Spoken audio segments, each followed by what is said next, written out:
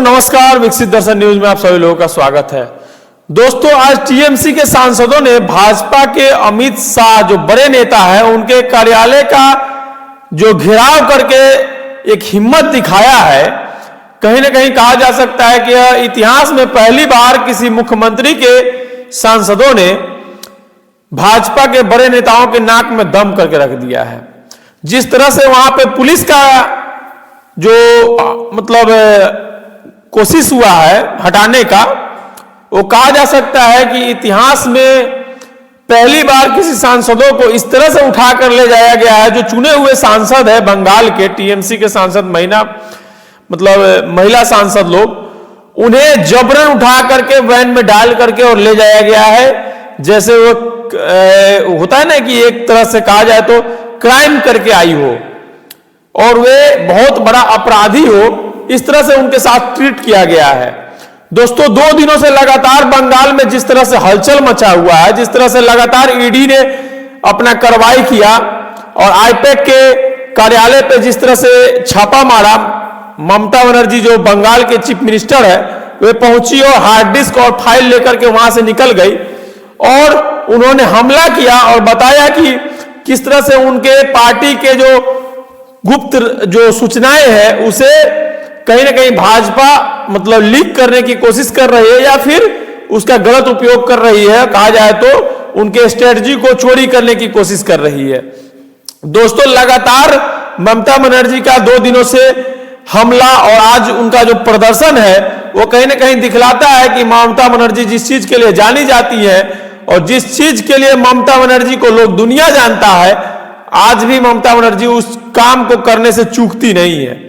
ममता बनर्जी एक ऐसी मुख्यमंत्री है जो केंद्र सरकार से लड़ने में या फिर गृह मंत्री को नोटी और बहुत सारा जो बात है उससे कहने में पीछे नहीं हटती है। जैसा पिछले दिनों आप लोग वीडियो में देखा होगा कि किस तरह से उन्होंने बताया कि केंद्रीय गृह मंत्री एक नोटी गृह मंत्री है, उनका यह जो करने का सिस्टम जो है वो बहुत ही बेकार है। जिस तरह से उन्होंने उनके कार्यालय पे या फिर उनके जो आईटी सेक्टर है, जो टीएमसी के आईटी सेक्टर है, जो आईटी चलाता है टीएमसी के, उनके कार्यालयों पर जिस तरह से छापा मारा गया, उनके कैंडिडेट का लिस्ट था, उनका जो स्ट्रेटजी था पार्टी का, उनके जो बहुत महत्वपूर्ण डॉक्यूमेंट थी उसे लीक करने की कोशिश की गई, उसे बीजेपी तक पहुंचाने की कोशिश की गई। इन सारे बातों को लेकर के ममता बनर्जी लगातार हमलावर थी और आज उन्होंने बंगाल में, कोलकाता में प्रदर्शन करके यह साबित कर दिया कि वे डरने वाली मुख्यमंत्री नहीं है। जिस तरह से उनका इतिहास है कि वो लड़ते हुए आज तक मुख्यमंत्री की कुर्सी पर बैठी हुई हैं और लड़ करके ही वो आगे भी कुर्सी को हासिल करेंगी।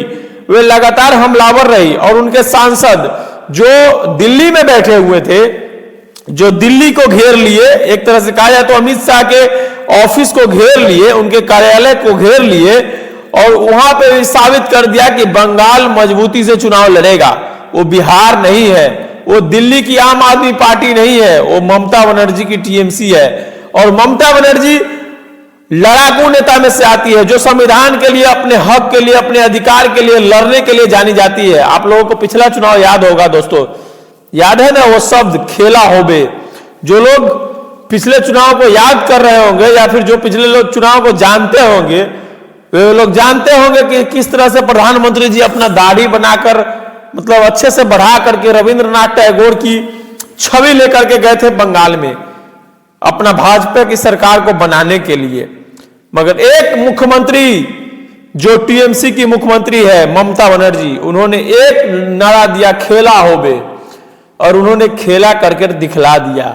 भाजपा को औकात दिखला दिए, भाजपा को बताया कि बंगाल है, ये बिहार नहीं है, ये यूपी नहीं है, ये दिल्ली नहीं है जहां आप नेताओं को जेल में बंद करके चुनाव जीत जाते हैं।